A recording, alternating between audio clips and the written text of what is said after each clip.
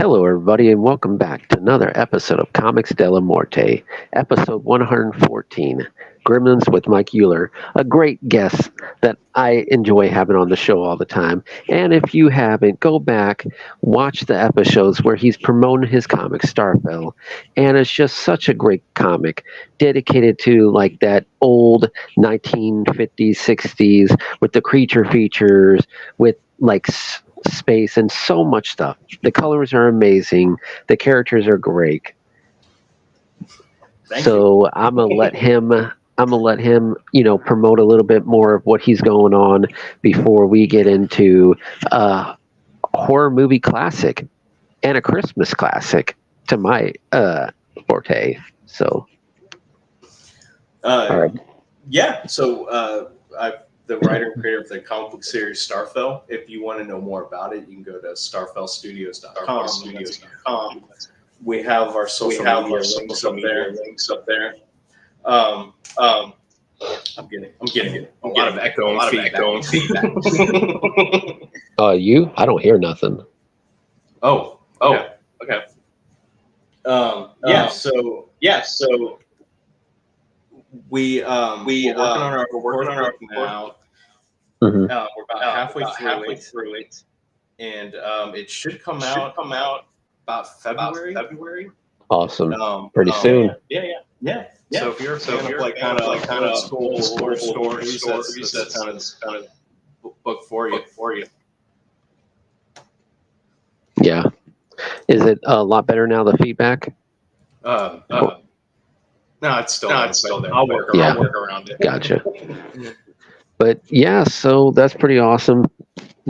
Book number 4. I remember when the first one came out and then started reading that, and just really great to have you on the show the first time. And yeah, it's great because I've been keeping up with it, and it's just awesome to see the progression and see like more like, adding this little bit into it, where it definitely has not just the genre that I named, but you could definitely tell that this has like with especially some of the characters, the rich family that's involved with the town, almost like a outer limits type of thing where it's like weird and strange events going on, and they're all connected to each other somehow.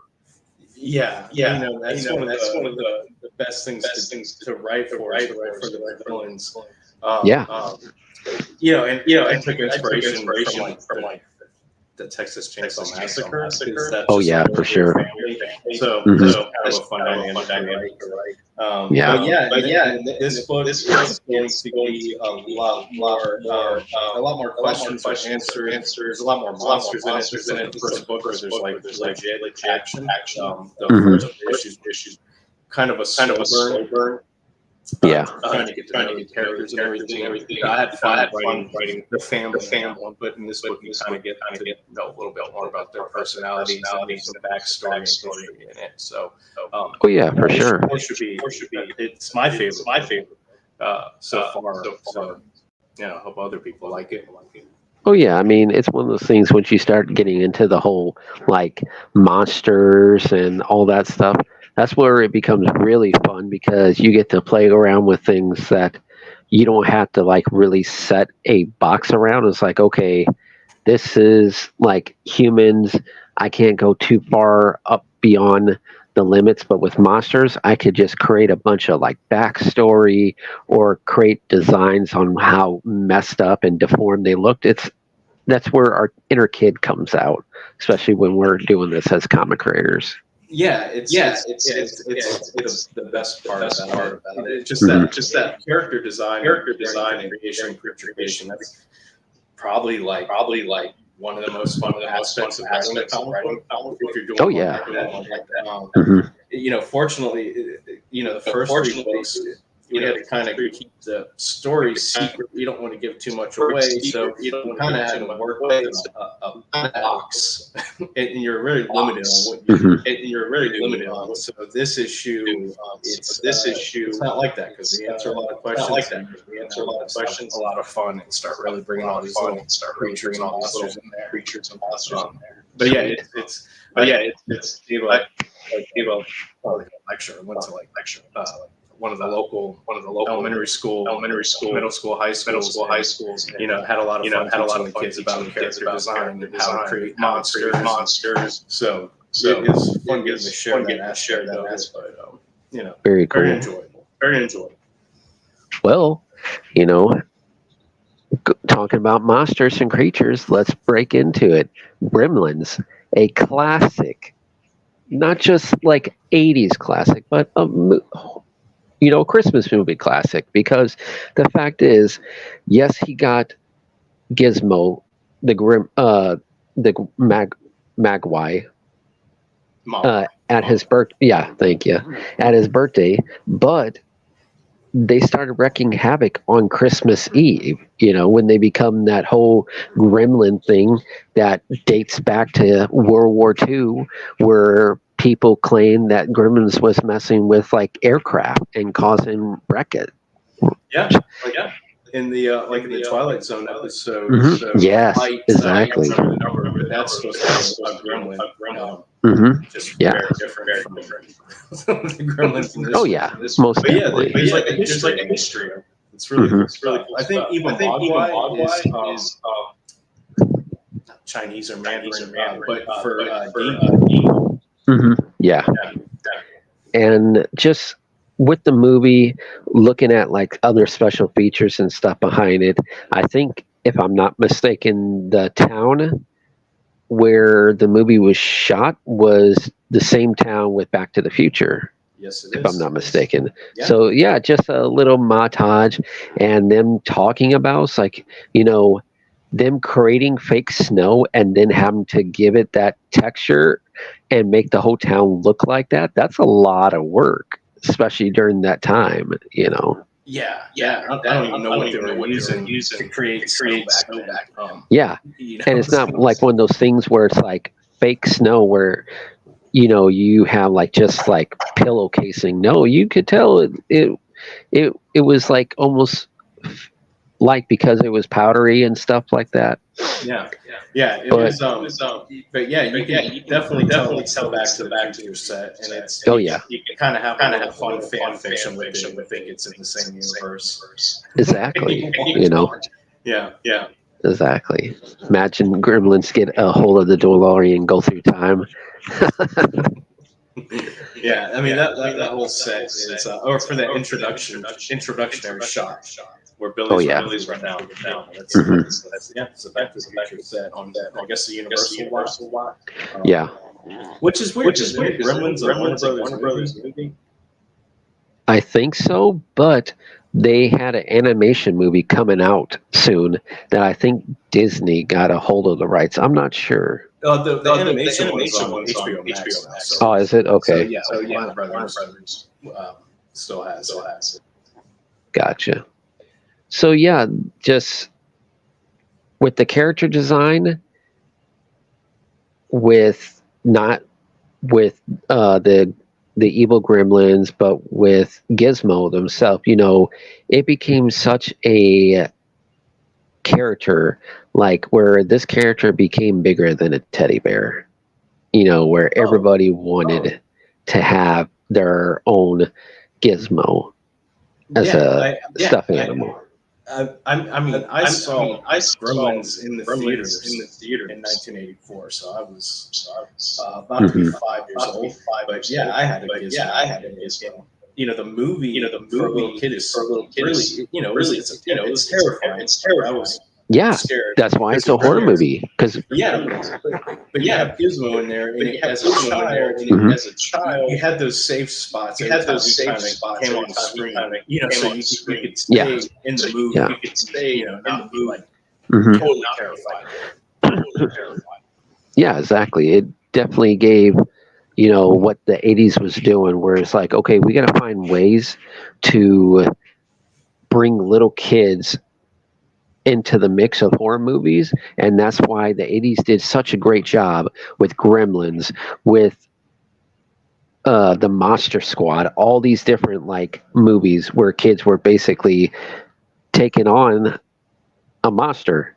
And sure, like you had teenagers in this movie, a little bit older, but you had the young Corey in here before he went off to do like, I think he did this before he did Friday, or maybe it was at the same time. But yeah, just a really great idea. And the fact is that we start off with the father, who, you know, me and you could both relate to now as creators, that we're always trying to find something that we love and have passion for, and create something that people are going to like love as much as we love. And I think the father never created anything that actually worked, but still, I love the idea that he was passionate about what he did as an inventor. Yeah, and his inventions are like awesome because you know when I watched the movie this past Saturday, and I'm like, those are so like the orange juice maker, fantastic. But yeah, they were so inventive and creative. Yeah. Every aspect of that is just incredible to kind of watch and appreciate. And he even has throwbacks from like sci-fi, like Robbie the Robot. Yeah, exactly. He was in he was where the father was at the inventors like conference, and you saw Robbie there. Yeah, and then you have the H.G. Wells time machine in the background. Yeah. Classic. But and then you just had the character development in this too, where you had not just Billy, but you had his girlfriend, the beautiful Phoebe. You know, We're with like, we watched this movie, and then we watch, Richmond High, and then we got a whole different take on her. That's a totally different role for her. Right? But equally as inspiring as Yeah, exactly.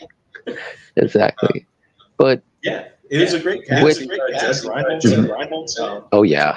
Yeah. And the father in the beginning, like the father doing the narration was a great idea, just because it's one of those things that his voice for narration towards the end, it just gave you that like soothing talk.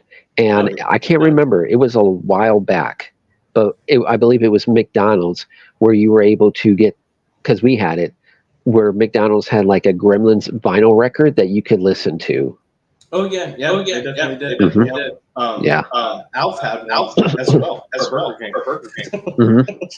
But gotcha. That was real cool. They give you like a paper vinyl record, kind of halfway work. Right. Yeah.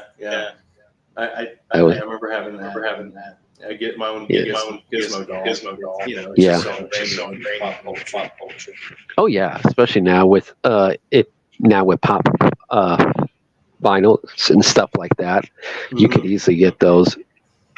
But from, I think I said it before, but like Gremlins in the beginning was supposed to have a darker take onto it, where they were supposed to have like more like gore, but I think more in depth. Like, if I'm not mistaken, from what I read and heard, that the mother, she was actually supposed to have her head cut off in the movie, and then the dog was supposed, like the scene where you see, where the dog is hanging by the Christmas lights, he was actually supposed to be like missing majority of his. He was supposed to be like hanging flesh and bone, showing that they ate his dog. But that would have been more of like a regular horror movie, like with Gremlins, which people don't know that Gremlins was, they wrote Gremlins before, I mean, not Gremlins, they wrote Critters before Gremlins came out, but after Gremlins came out, they went back and like did some rewriting to give it more of like that darker take on the creatures. Well, I think what it was is you had Jay coming off of like the Howling, and then you have Steven Spielberg producing it, so you have Joe Dante like all out horror, and Steven Spielberg seeing that there's money in this and kind of reeling it back so that we enjoy it. Oh yeah, for sure. That mix, but that's when Steven Spielberg was kind of into horror at that time because he helped produce Poltergeist. He helped film sections of Poltergeist. Yeah. Good time. But again, with his take on the horror genre, he found ways to like have it where it's not like all like bloody. I mean, Poltergeist, that scene with him tearing off his face was pretty horrifying. Yeah, that's but like, but not like Texas Chainsaw, gore. He found a way to have a good medium where kids could enjoy it. But it's just. Yeah, it just kind of pushed the line. That's why Gremlins was the movies that made that brought the PG-13 rating. Yes, exactly. Yeah, because I think Gremlins was rated PG. I think so. Yeah. Really shouldn't have been. Well, yeah. I mean, back then they didn't have really the PG-13 because Goonies, the movie, it was even PG-13. It was PG. So those movies came out before even that rating existed. Yeah. But it's crazy how they kind of mix those together. But God, they were so enjoyable as kids. Then there's Gremlins. That's a whole different. I mean, that's a different video. Exactly. We'll talk about that another time. I just thought it would be cool to bring this up because I'm like, I might have other guests talk about their book, but why not just dedicate the whole month of December to like Christmas horror movies? Just be fun. Yeah, I mean, Gremlins was released in the summer of '84. I mean, it's a Christmas movie. That's why I watched last Saturday. Like it goes into my yearly watch list of Christmas. It's like Home Alone, and Gremlins. Because, like I said, them having to find a way to because everything shit hit the fan on Christmas Eve, with them attacking the movie theater and doing all this stuff. And in the movie, they actually killed people. Not like gory, but they killed the old lady, and killed the cops. Yeah, and the guy dressed up as Santa Claus. We don't know what happened to him. No, but they ate that hand in the mailbox. Yeah, exactly. The judge, I think he was a judge or a doctor. I couldn't remember. Yeah. But just great movie. Oh yeah, fantastic. It's a great horror movie to share with you. For sure. But you were going to say something? What? But I was going to say with the whole lore of Gremlins, where you can't, don't get water on them, don't feed them after midnight and stuff like that. It was like, imagine having such a great design where you had to not just make the cute version, but make the evil version. Sitting down as a creator is okay, how can I capture the elements of this first form, but then have it be something worse and terrifying? And with the whole cocoon stage. Yeah. Well, I mean, anything like creature design. If you take something cute, if you would just remove its fur, and it's just skin, throw some slickness onto it, like it automatically bumps it up to something so horrifying. And I think for them to do that creature design, just kind of go through that whole metamorphosis, green, scaly, bubbly. It wasn't even scaly. It was just bubbly skin. It's just such a thing to look at. Yeah, and the thing is, from what I heard, that the big Gremlins were easy, but Gizmo was difficult because this is 1984. You have a small creature and you have so many mechanics and devices happening in the Gizmo robotic that I heard that it would break down and it would take hours just to get it back to running.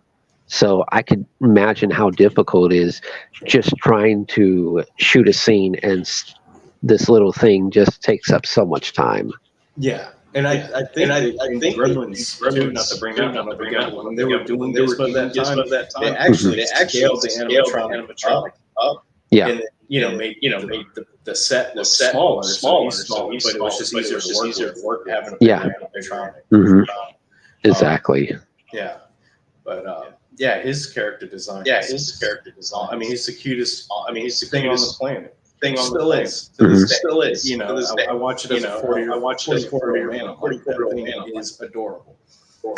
Yeah, and they tried to come out with that toy line back then to try, which I think was a ripoff. I can't even remember the toys, but they were furry and they had like eyes that would Furbies. I think so. Yeah, Furbies was definitely a ripoff. Oh yeah. This came out. It looks like a ripoff. Yeah, I'm like you could have easily made a Gizmo version of this, but you didn't. Fail, But as an adult, and probably you think the same too. It's like these creatures. Yeah, Gizmo was found at the guy's shop and everything, but a creature like this had to be around and be found somewhere. Like, I could only imagine, how can a creature like this live in the wild and not mass produce? Because no matter where you're at in the world, it's always going to rain. You know what I'm saying? Yeah. It's like, how do you go about having this creature that doesn't become such an invasive species to the world? It would be interesting if they actually had like an animation or something where it actually did like a backstory on showing where this came from. They do that, and I've only watched some of it. I probably need to sit and watch it this weekend. But the cartoon animated one on HBO Max kind of does that, where it shows the world they come from. Oh, okay. Yeah, so it's a little goofy, it's a kids cartoon, so it's not as cool as like the movies, but you do kind of get this backstory of where these things come from. So they do have that. Spoil it for anybody, but you can watch it. You can watch it on HBO Max. It's just like I said, it's just not as cool as the actual movies. Oh yeah, for sure. Yeah. But the rules for the Gremlins always stuck out with me. Like the feeding after midnight. And for years, I still can't wrap my head around the concept. Like, feed after midnight. So you start feeding it. Yeah, exactly. It's like people what is yeah, it's like white. Don't wear white after Labor Day. I'm like, but it's always after Labor Day at some point. Yeah. So when's the official start point? You can start wearing white. It's like, how does daylight savings time work, or how does like anything like that? Yeah, that's like the only thing that sticks out and drives me nuts when I watch it now. It's like trying to figure out when can you do that? Yeah, like don't feed them after midnight. And then we know from this point that even before watching the HBO thing, that they don't like sunlight, so they have to dwell in like a dark area, like maybe caves or something like that, where they can easily hide away from the sun. Yeah. And somewhere And if they get in water, they can reproduce. But it's like, if they don't want to get in the water, they're made of fur. They must stink like hell, Well, they're probably hamsters, right? It's got that musky smell. Oh yeah, I remember. Yeah, it's just. But when the movie first came out, I started watching it. Just, such a great thing. But overall, it's one of those movies that you have to share it with people, especially like if people have kids or grandkids. It is just a classic, Yeah, and it is a great Christmas movie. And there's always that debate with Die Hard, if Die Hard is a Christmas movie or not. It was Right. released in the summer. And it takes place during Christmas time. So it's an action movie. I don't necessarily die-hard Christmas movie. Yeah. But Gremlins, 100%. I mean, it's just everything about that movie is Christmas. Yeah. From start to finish, the whole. So it's a Christmas movie. And, definitely should be in the rotation here. For most people to share. Oh, speaking the main villain Stripe. Mhm. I don't know if you knew, but Stripe was actually supposed to be Gizmo originally. I didn't know. Yeah. And I'm like, that would have just destroyed everything. Because again, I'm glad that they did it because, well, that Steven Spielberg did it because even to this day, I bet that band's making buku money off of all that merchandise. It would have killed the franchise. Yeah. Yeah, and like I said, when I was a kid, that was the only thing that made that movie feel safe. Exactly. You could kind of go back and forth through being scared to loving what you're watching. Was Gizmo. So thank God they didn't do that. It's just been a totally different movie. Well, it'd have been terrifying too for kids to be like, oh, I get a pet and then one day it's going to turn on me. What type of message is sending? But that's easily top 10 favorite movies of all time. If you're able to grow up with weight, it probably holds a much heavier weight in your heart. In terms of being an amazing movie. Yeah. So with the movie, there's so many classic parts of it. What was your favorite scene of the movie? I like the part where the water falls on him. Corey Feldman pours some water on him. It's just cool looking scene. Watching these little balls of fur pop off trickles, and then just watching that mutation of those little baby gremlins, ears from the face, which wasn't easy to do back during that time. What? Which they didn't do that with CGI at all. No, it was all practical. That's what's even awesome about it. Just because that scene was just done with just regular stuff and no CGI, and it still holds up. Yeah, that was. That's still one of my favorite parts. As an adult, as a kid, I like the part film that's kind of like hanging out one bedroom window shop and trying to knock him off the roof. But I think that was just more of like, that'd be cool to do as a little kid sort of thing. When he duplicated himself and gremlin class, that's my favorite part. Yeah, I think one of my favorite parts, that definitely is a great part, but I think with me now it's just like seeing how he's getting ready to touch the water in the mall. Mm-hmm. And Gizmo is driving the little toy car, the Bobby doll car, and then the light comes in from the shutter and just seeing him melt slowly, such a great death there. It's so gruesome. Yeah, it's so gross to watch. Mm-hmm. Those practical effects, they just do anymore. It takes away so much out of the movie when they do CG like that. It was just such an art form. Mm-hmm. Like how they did that, and creating so many of them, like the one with the jacket who flashes her and everything. And you had all hundreds of movie theaters singing "Hi Ho, Hi Ho." Yeah, they had a little personalities again, and Gremlins 2. They kind of up the ante on that tenfold. Oh yeah, but it definitely it's good, but it's not good as the first one. At least my opinion. No, they're totally different. You can't even put them in the same category. You can't.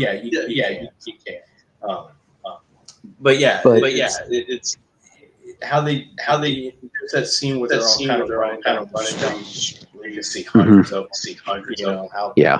how they would put that together was just Yeah, which is crazy because, they're trying to say, well, we can't release the second one. They're like, we can't let them get out of the building because they're just going to wreak havoc in New York. But I'm like, but these creatures could have easily left at any point from the town and just destroy the whole America, Yeah. But they didn't. They just stayed there. At night. Yeah. Yeah. Once again, I don't know they would have done daytime. No. Wait till nighttime. But what's one thing that's crazy, and as an adult, it makes me think, I'm like, during this whole scene, even with Christmas Eve, where they're destroying everything, there's snow everywhere.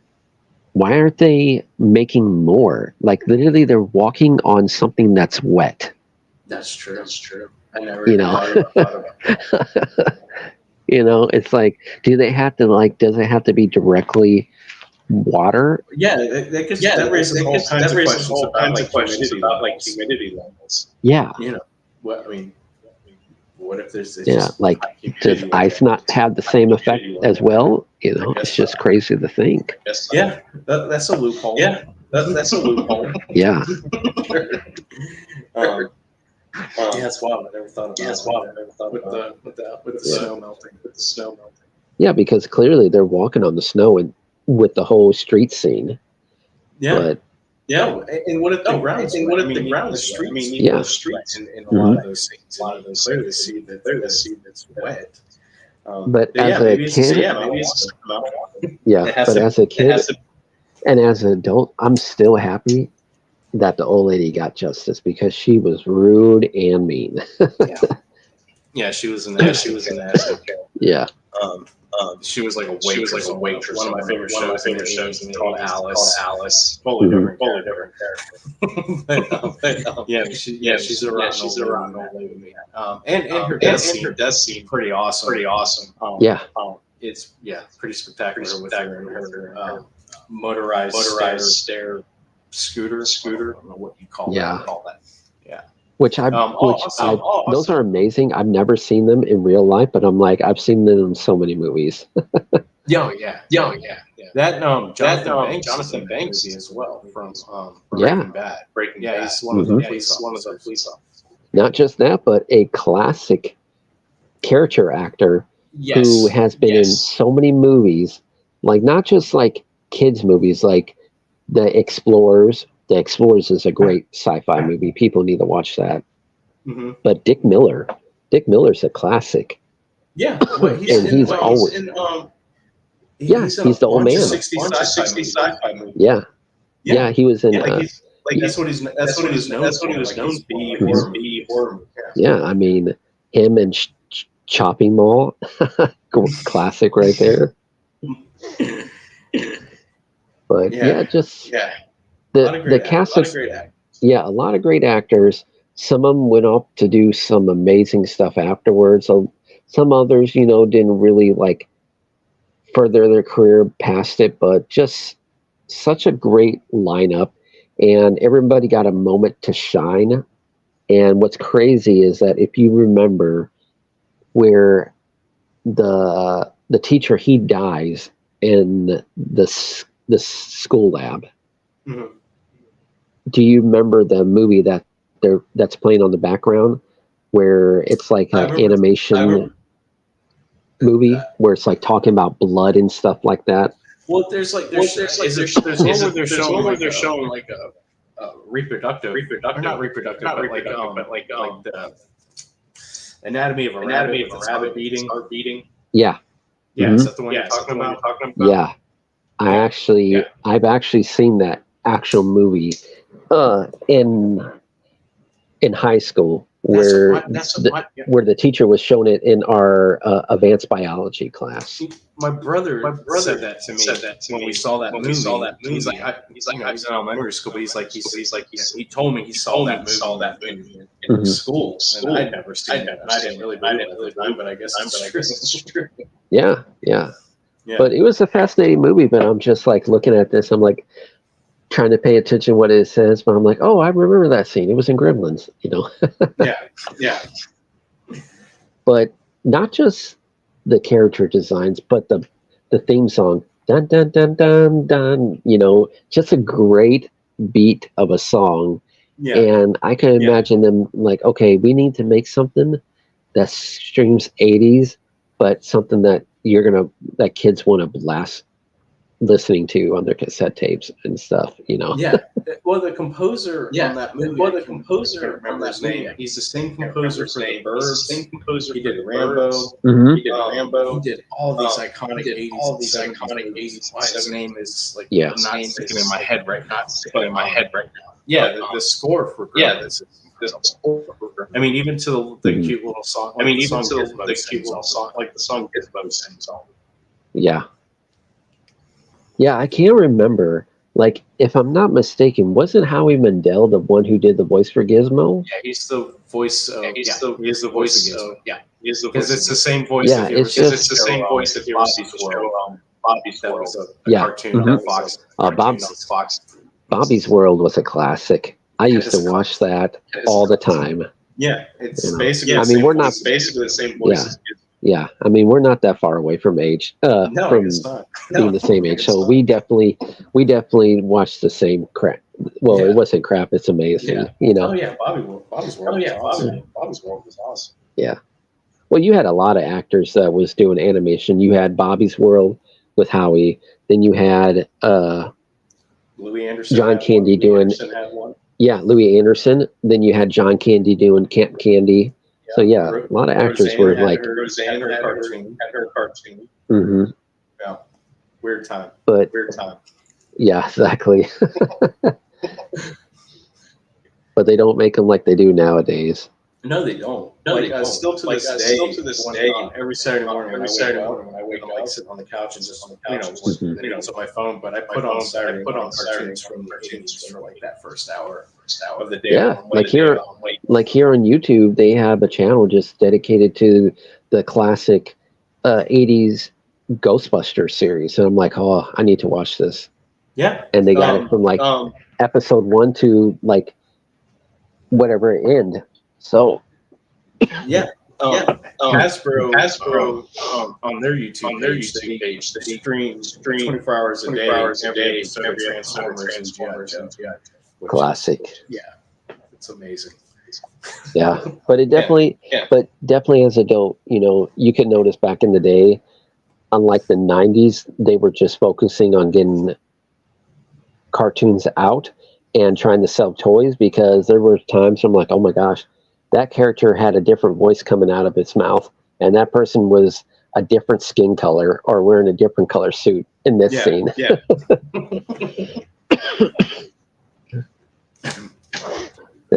Classic. Mm-hmm. But yeah, just Gremlins overall. It was like a child, like kid horror movie style. And I think because of Gremlins, it really brought in a new era of showing people that you could have kid-friendly stuff and still have horror elements to it. Like, it seemed like it kicked off a bunch of movies. Some of them a little more obscure than others. Yeah. You had Critters, you had Munchies. Mm-hmm. You had not maybe the first Ghoulies, but definitely the second Ghoulies. Mm-hmm. Seemed a little bit more, appropriate for kids. And then Troll. It's a little short looking monsters. But with, you have Goosebumps, but I mean, I think if Gremlins was going to be like how we talked about before, it was going to be more darker and Gizmo was going to become Stripe, I think it wouldn't have the the pop culture take on it like it does. No, 100%. That one. That's probably why that was a little bit more financially successful than the other. Because they didn't have that huge merchandise on it. Yeah, exactly. Which I mean, Gizmo was. He was. He was there. Exactly. It's like if you've never seen the movie, at least you know that character.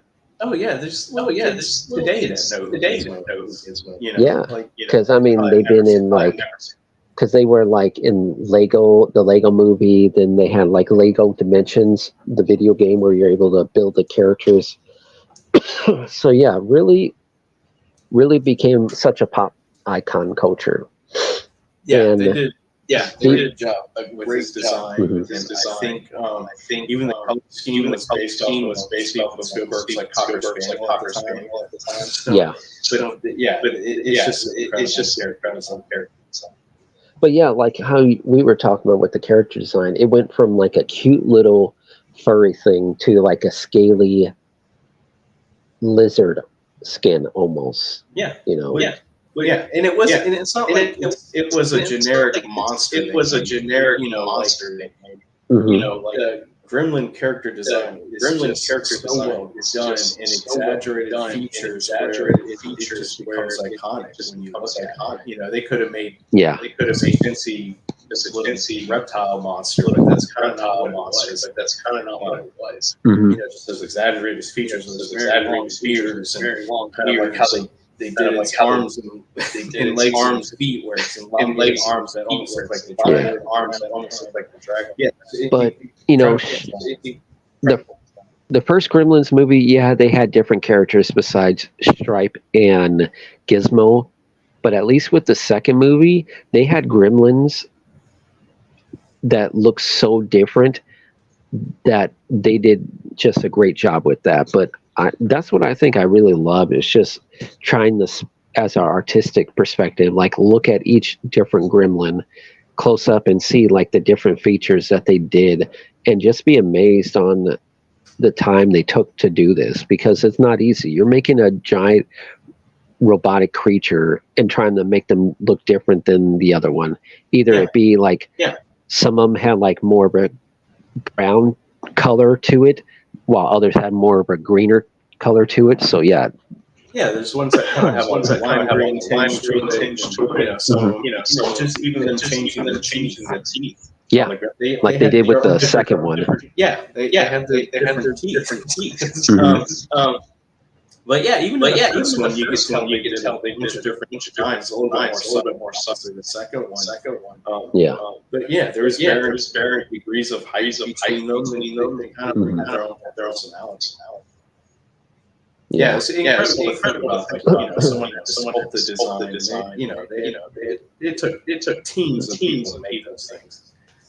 No, but what's also great is that even though it had its horror elements, it found a way to have horror, have heartwarming moments, and then find ways to bring in comedy and have it all blend together so well. It was all pretty seamless except that part Phoebe kind of derails the movie for about 5 minutes. Yeah, about why she knew that Santa Claus didn't exist. Like every still to this day, it's the only part of the movie I don't fast forward. I kind of want to. Yeah, especially if you have kids. Gotta fast forward. I still want you to believe in Santa Claus for a couple more years. When I watched it as a kid, that scene must have just flew right over my head. Right. I wasn't paying attention. I never got the message that didn't exist. Mm-hmm. Exactly. Not until I got older. I'm like, it's a horrible thing to do in front of kids. Right. Teach me not to lie, and then all you do is lie to me for 10 years.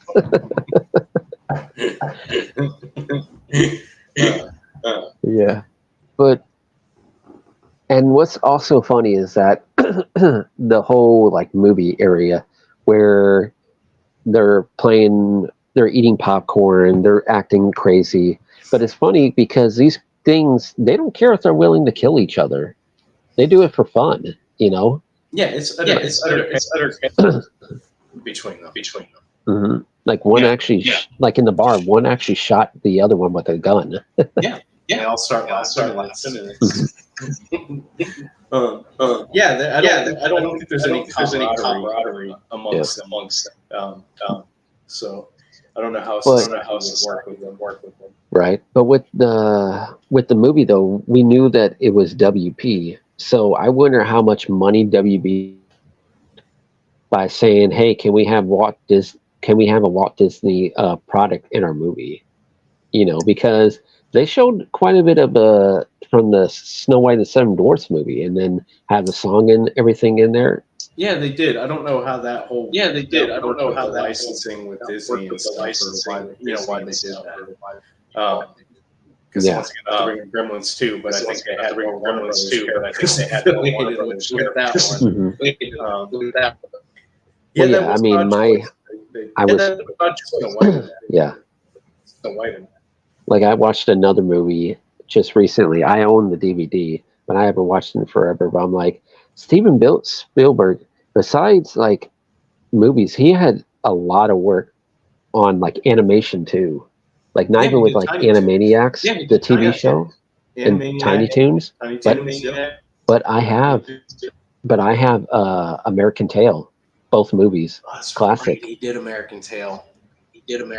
Yeah. With Five. With That was a FICO, very depressing you know, movie to watch. That was a very depressing movie to watch as a kid. Yeah, but it's a classic. I was trying to watch it with It is a classic. I was trying to watch it with my niece, but she got scared, so she didn't want to watch it. But I'm like, yeah, but it was such a classic movie. I mean, it was, but he found a way to put his mark on everything. That was like they had some those dark tone. They had some cartoon movies in the 80s. I mean, they had like the 80s. Yeah. I mean, they had like what was Secret of Nim? I don't know if you ever watched that. Oh yeah, classic. Yeah, just very dark. But the 80s got away with the 80s. They had a lot of stuff. Like remember Rescue Rangers? Like the mouse, the two mice. I don't know if you ever knew, but when they were on the bird flying through the city, if you pause at one point where they're flying by a building, in that scene, there's actually a naked woman showing her breasts. And apparently, one of the creators, one of the animators, was like, got fired or something. So he wanted to get payback. And the original movie had like a woman in the window naked. I wonder if there's like a But that was like or they got it out before then. But then it's like the whole Little Mermaid, where the building had like the mermaid's building. Yeah, exactly. Yeah. But or Lion King. Yeah. Father dies. Spells out sex. Yeah, that's just animators doing something very monotonous over and over again. 2 years, just having a little fun. Yeah, but that's why you had movies like what was it? Fight Club. Pay homage to that. Yes. Oh, I mean, Fight Club's just like symbolism. Yeah, right. Awesomeness. But yeah, Gremlins just, even I know you said you watched it last week, but still, I give Gremlins like 5 out of 5, especially the first one. It just 10 out of 10. It still holds up to this day, and it's still one of those movies where it's like you can make something kid friendly but have horror elements in it, where it's not going to be like, oh, you have to be 13 or older to watch this. Yeah. No, it's like I said, it's top 10 for me. Mm-hmm. 5 out of 5. I think even if I didn't that movie, I'd probably still feel the same way. Yeah. But see, this is why I wanted you on the show, man. I mean, besides great having you on the show, you're a creature feature guy, and it's like I know he would appreciate this topic more than anyone. Oh yeah. It's pretty much my favorite genre movie. I still watch Tales from the Crypt episodes almost weekly. Like at lunchtime. I'll pass those on. Mm-hmm. Yeah, I still like not the TV show, but what is it? Is it the Outer Limits movie where the guy is married to the gargoyle that he promised that he wouldn't tell the secret? That is Tales from the Crypt. Yeah, that's great. Yeah, the first one. Yes. Such a great story. Such a great story. Oh yeah, we could definitely do a whole nother video on that. Yeah. I mean, the Tales from the Dark Side. Yeah, it's yeah, we can do a whole nother. But I remember my stepdad took me to see. And it just it warped my world for about 2 days. Especially the one with the gargoyle, because that was just so incredibly sad, so horrifying of an ending. Yeah, and then you got Well, there's another creature feature. There's another creature feature movie that I want to talk about within this month, if you have free time, if you ever seen it. Yeah. And that is Krampus. I really like that movie. I have not seen Krampus. I'm aware of it. I just haven't seen it. Is that the? I mean, the ones with I'll go ahead and watch it. Yeah, the ones where you have in the trailer you have the gingerbread cookies trying to kill people and all that stuff. Yeah. Is it the one they made and it's comedic, sort of a dark comedy? No. This is the one where it has a kid involved. I'll send you the trailer. Okay. Yeah. But that one's a good one. I'll watch. Yeah, take notes and everything, because there's a lot that happens in that movie, and it has definitely a creature feature vibe to it, so I know you would like it. Yeah. But like I said, I'm aware they put one out, but I thought it was something that was more of a dark comedy, which I think is why I didn't watch it. So this is probably during that time where during the time when that Krampus movie came out, there was other horror movies that was talking about Krampus as well, because we know how it is. Once a movie does such a good job, everybody else has to come out. It's it was crazy how you had Krampus, a bunch of movies come out, talk about Krampus, but then you had years where everybody was making a ghost movie. Everybody was making a movie about a meteor, Yeah, it's like when Walking Dead came out. Yeah, it's like when Walking Dead came out. 6 years was a zombie movie. Mm-hmm. Exactly. Yeah, send me the link, because I'd love to watch it. I'll probably watch this weekend for some good Christmas stuff. Yeah. But yeah, there's just so much great Christmas horror out there. And it's what people don't realize is that before Michael Myers, the first actual real slasher horror movie was actually Black Christmas. That came out before Halloween. Really? The 1970s one. Okay. But the killer wasn't as iconic as Michael, so that's why people figures Michael as the OG slasher, just because he became such a cult classic. Maybe he was the first slasher. Yeah, exactly. In pop culture. Mm-hmm. Yeah. Because I think Wes Craven tried to slasher before Halloween, or I could be wrong. Yeah. Speaking of Wes Craven, I watched Swamp Thing the first time about a month ago. That should be a whole nother video as well. Right. It's good creature movies. But we're at 53 minutes. I mean, you want to talk more about anything that's going on that you want to promote outside of the book? I mean, now we're just working on issue 4, the trade paperback for issues 2 and 3 will probably be out next month. The book itself is pretty much done. We just need to print them to do some little touch-up work. But yeah, if you're interested in what we're doing, just go to starfellstudios.com and follow us on social media where we're always updating the project. Yeah, where everybody, you could get off his information in the description. I have your Twitter/X, Instagram, YouTube channel, all that stuff, Yeah. Oh, I appreciate it. Yeah, check it out. We have some really great artwork. If anything else, you just want to see cool. Oh yeah, for sure. The story's great too, It's not too shabby. Yeah. But, sorry everybody being gone for a month, between my health, the holidays, because I do work retail, it gets so busy around this time of the year. And sometimes you just need a break. Because right now I'm working on finishing up the next chapter for my webcomic. And then after this is finished up, then I have one more chapter left. That's going to be the big one. And then focusing on getting the book published for people to get in their hands. So it's a big wait, and I can't wait. So y'all have a good night, and I'll see y'all next time. Peace. I